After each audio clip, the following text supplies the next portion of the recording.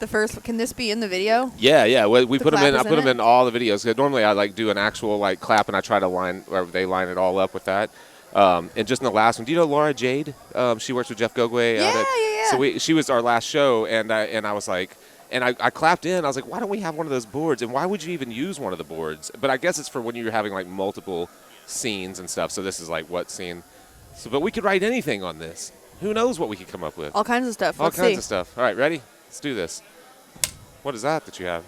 Oh, that's the marker to write on it. Hey, welcome to the Fireside Tattoo Network, Fireside Tattoo Podcast. Here, take this down. Now what I do with it. The official podcast of the Fireside Tattoo Network. And my name is Jake, and this is Ryan Ashley. And we're at, Richmond. We're at the Richmond Tattoo Convention in Richmond, you. Virginia. Richmond, Virginia. It's Sunday, day 3. Yeah. First day of podcasting, though. So you just finished tattooing just now? No, I finished yesterday. Oh, you just wrapped her. She came in because I wanted her tattoo to settle a little bit because it was so bright and vibrant. Oh. And I always like taking photos the next day. It gives the skin a little bit of time to settle. And I like Saniderm.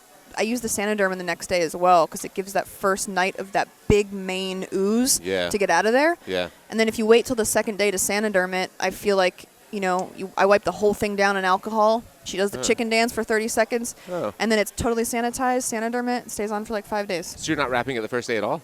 The first day I wrap her when she leaves, and I tell her to go home, scrub the shit out of it, let it air dry basically for the night, and then you clean off that big disgusting that first layer of plasma and ooze, and then it dries it way out. Yeah.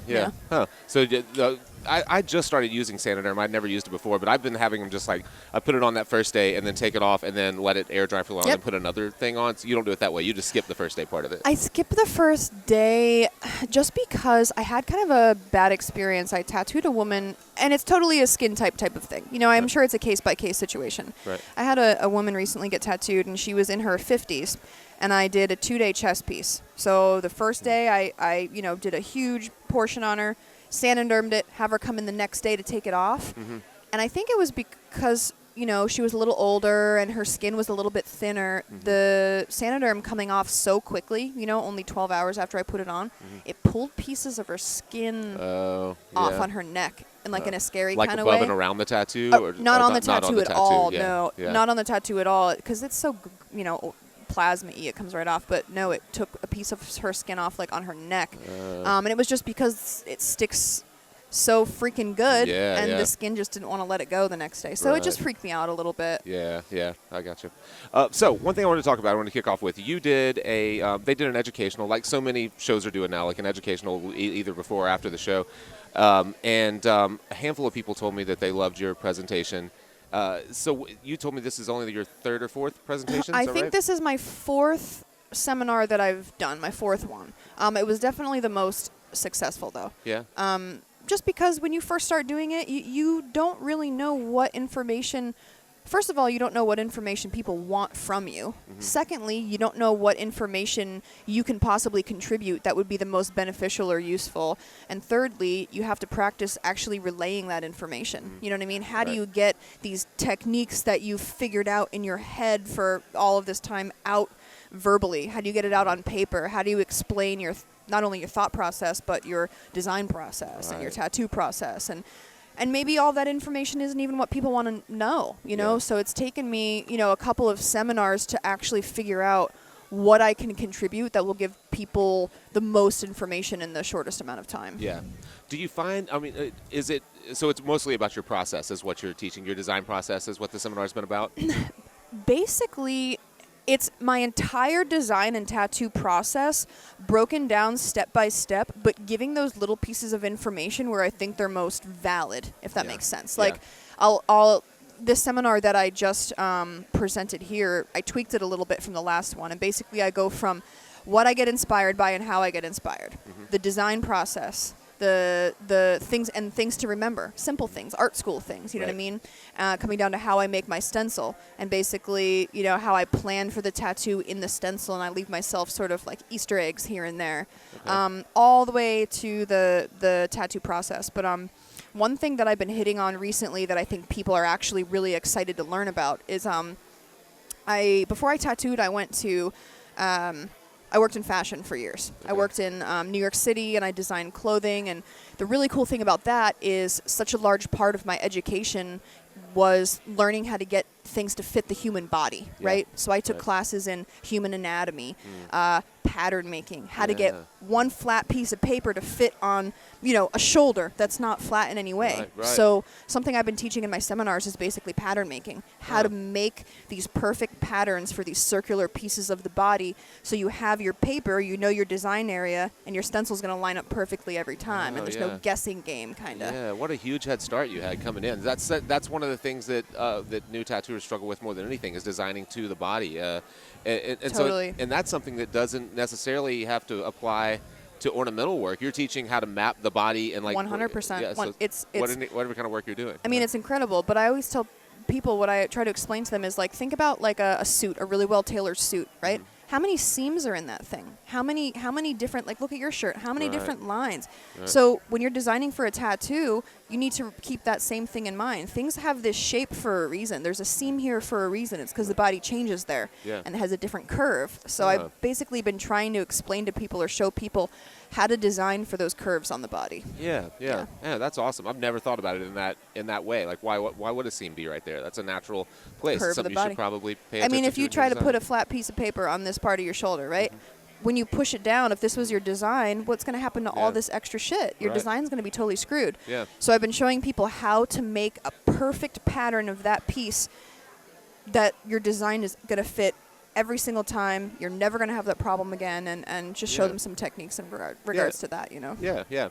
One of the things that a lot of our, most of our viewers are up and coming tattooers, probably 5 years or less. I would say that watch us, and one of the things they struggle with is kind of finding their own, I hate to just say style, but their own kind of mark making in tattooing. A lot of times they're just stealing tricks and not really know, they love whatever Frank Sinatra's work, so they grab a little trick from him, and they grab a little trick, but without a real understanding of why that person made that decision in the first place. You know what I mean?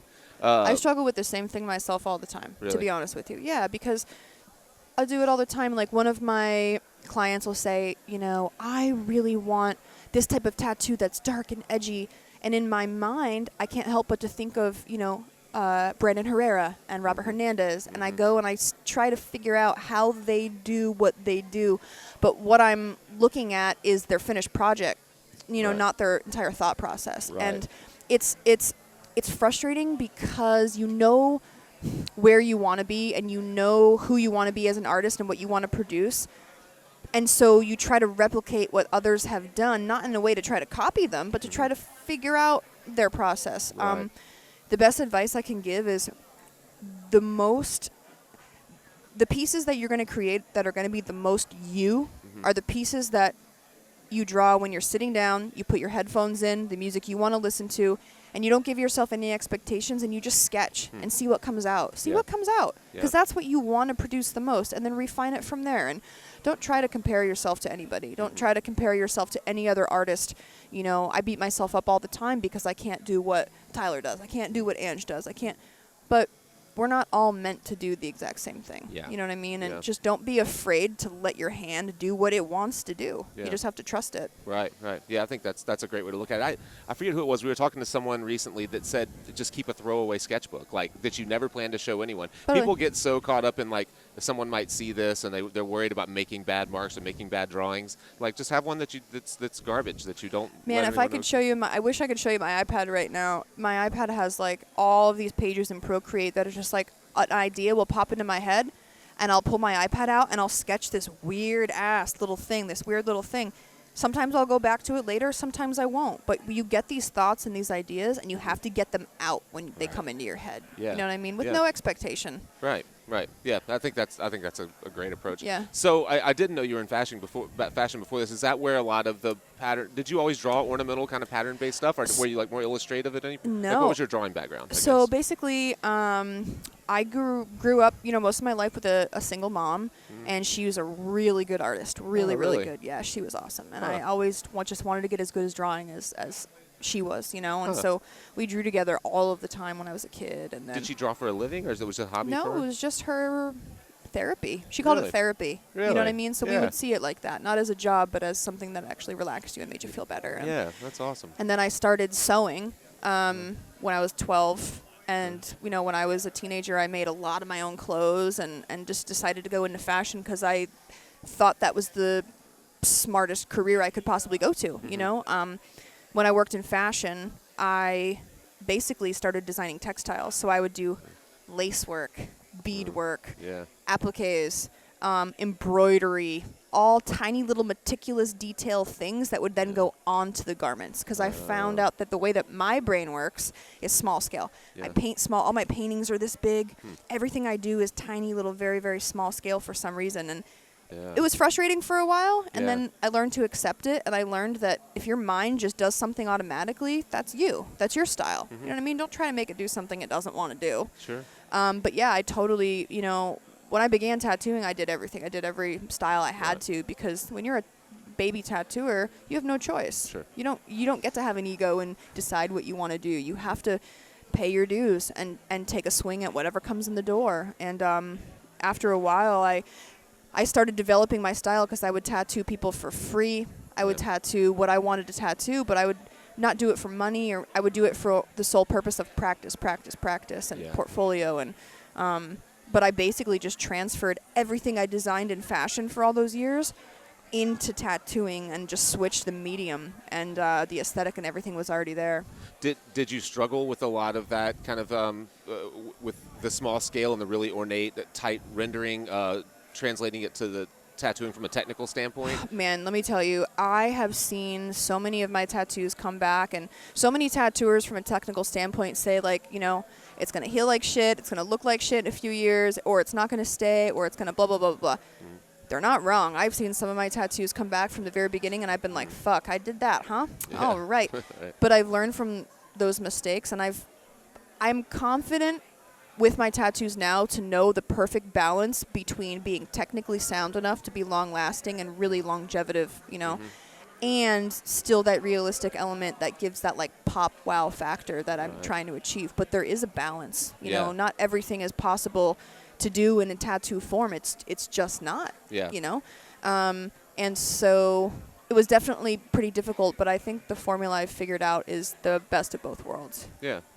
I would imagine that would be a real struggle. Everything from just like you were saying originally, stenciling those types of designs. Oh, man. I despise doing anything that depends on being geometric and symmetrical. It drives me crazy, and to see people like you that do that stuff all the time, it's like. But you become a machine after a while. Even now, like, it's funny when I tattoo, I don't even realize it, but when other people watch me tattoo, I'll do hundreds of circles. I'll do hundreds of tiny circles, and I don't even wipe anymore. It's just my hand has this muscle memory of just doing it. I don't even realize it's happening. It's just you do it with your hand knows what to do. I think the thing that holds people back most is they don't believe they can do it. Yeah. You know what I mean? Trust yourself. Your hand knows what to. If you could do it on paper, you could do it on skin. Right. Yeah.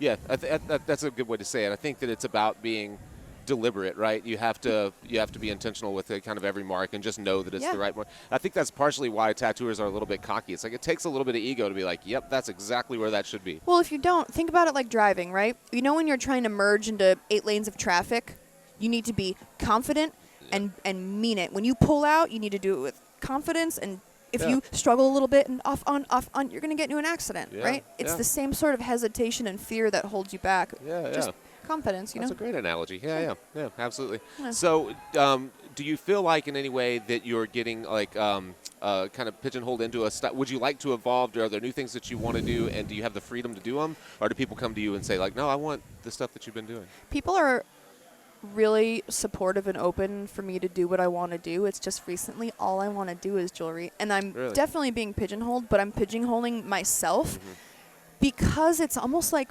I could attempt any style of tattoo. I could attempt any kind of tattoo. Am I the best person for that tattoo? No. And I'm honest with myself, and I'm honest with people. You know, people come and pay a lot of money to get tattooed by me, and I want to give them what I'm most confident in. And so if I feel like a tattoo would be better by another tattooer, I tell them where they should go and who they should go to. And right now, I'm going through this jewelry period. I went through the black and gray period, then I'm starting with the color jewels, and I'm starting to do those sketches we were talking about earlier, those really quick thumbnail sketches, and I have all of these ideas for the next phase.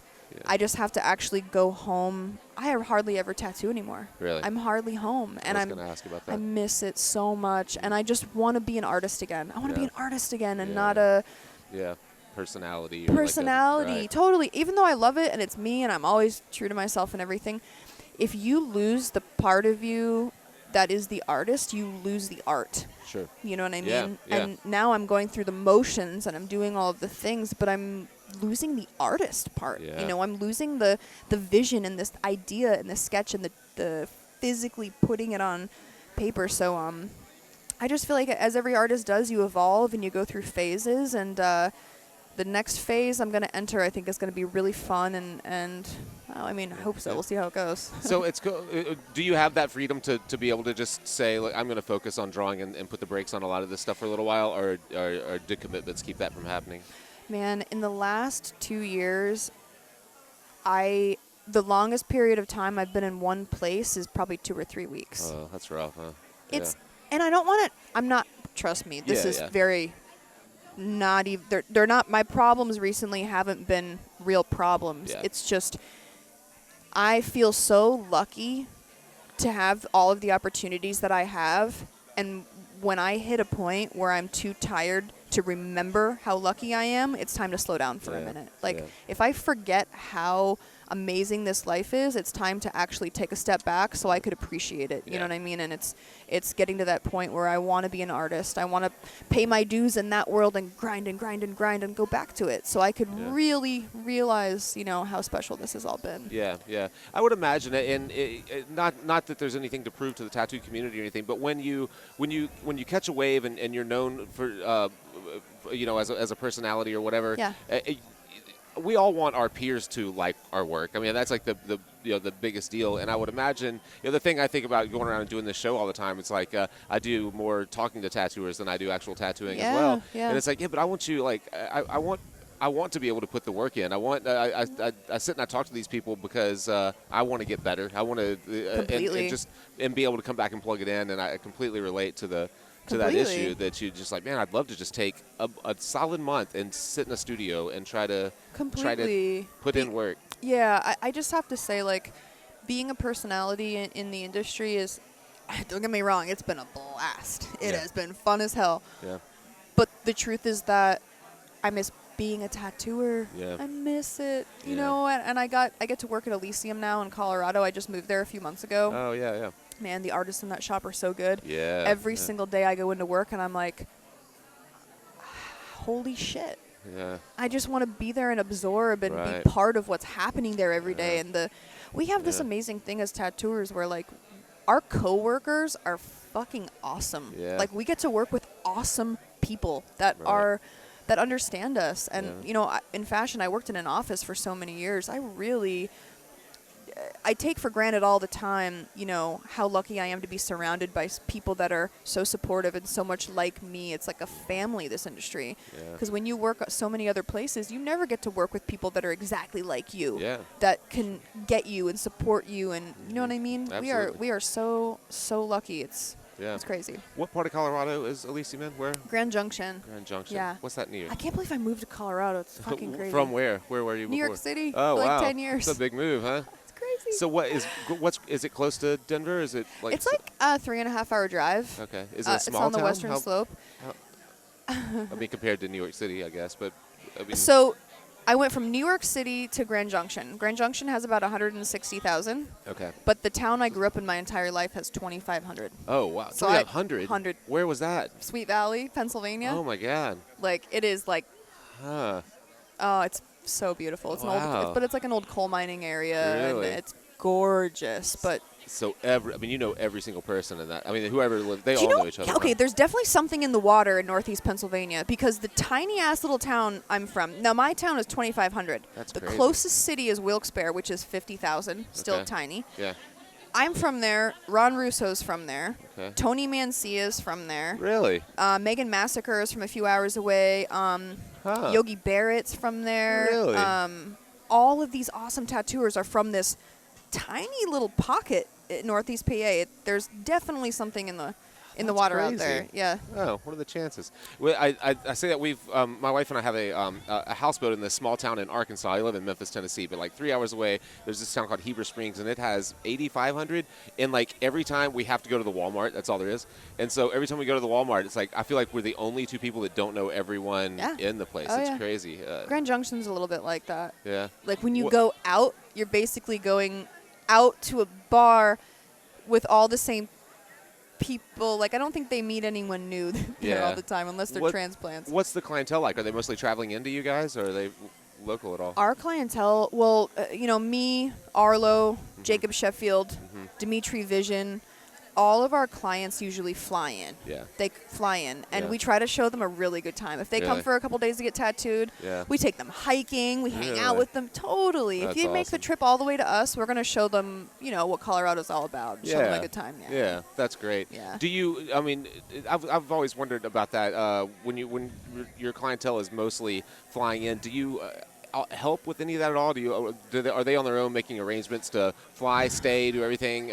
So basically, I just moved there 2 months ago. Prior to me moving, all of my clientele, everything was handled by my assistant Maddie, who's not even my assistant. She's like my manager / mom. Yeah. But she is text one-on-one all day, every day. Whatever people need, she's there. Yeah. She's the best goddamn person I could ever ask for. How long has she been working with you? A little over a year. She was a television producer, and I stole her from the network. Oh, really? They weren't happy, I don't think. But she's just so good. You're in our interview. We're talking about you. Yeah, we're talking about you. We call her Alabama Slamma.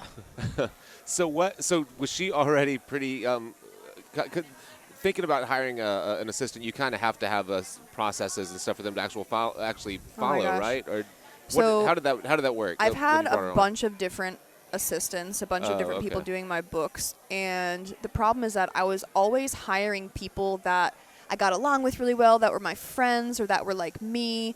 But if I'm hiring people that are exactly like me and I suck at doing that stuff, then I'm already screwing myself. Right. So the reason Maddie started coming and working with me is because she was my producer when I filmed for TV for so long, and so she is on the ball. Like, she knows what to do, when to do it, how to prepare. She's just a very type A, organized person that's not afraid of anything. So she's an excellent communicator, an excellent organizer.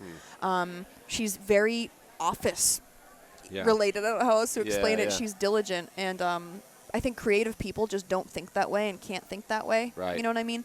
So a lot of the failure I've had in choosing an assistant was just because people's brains didn't work the way I needed them to work. And I didn't know it at the time either, but Maddie's pretty much ruined it for me forever now because she set the bar so goddamn high. Yeah. But I know at Elysium, whenever people book to make appointments with artists, the manager of Elysium is Tesla, who's incredible. Okay, she helps with finding Airbnbs. She helps with where to stay, what to do, and they're very, very kind. They're very personable group. Everyone at that studio just welcomes all of our clients like family, and that's awesome. Yeah, isn't it funny? I know you got to wrap up. You got other stuff to do, but isn't it funny just thinking about just that statement, the transition that's happened in this industry? It's become so boutique and almost like high-end salon.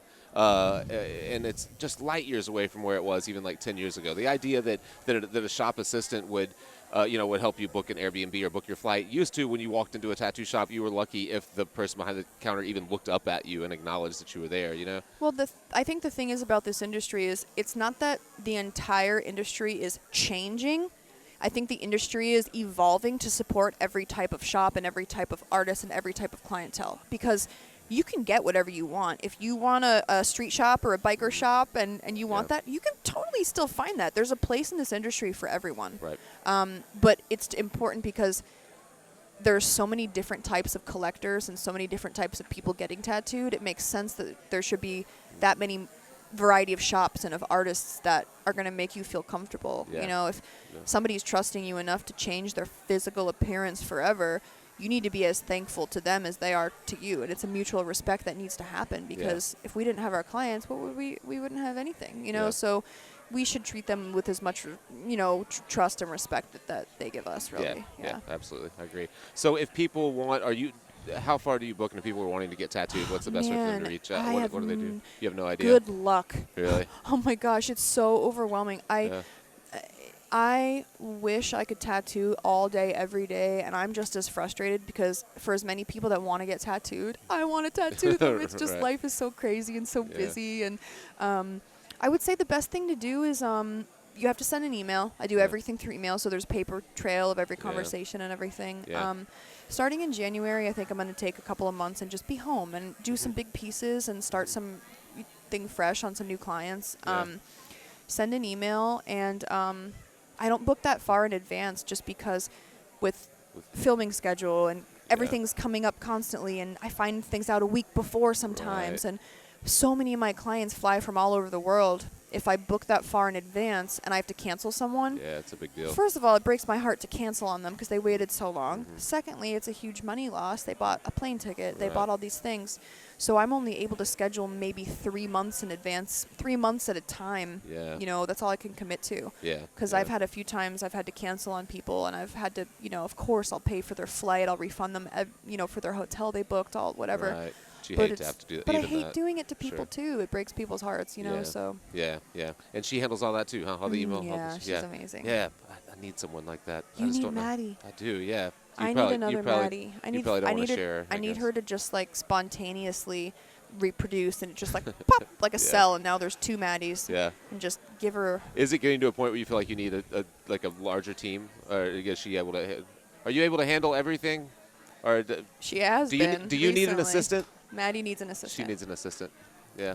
Sorry, I'm yelling into this mic. We'll just have to fix that. I'm sure it was peaking like crazy. Yeah, people are used to our production quality. They don't care. So, man, thank you so much for taking the time. Anytime. I want to take any more. Oh my gosh, absolutely. So, thank you guys. Hopefully as that always. was useful content. It was great. Thank you for supporting what we do. We'll see you next time. And thanks, Ryan. I really appreciate it. Anytime. Right.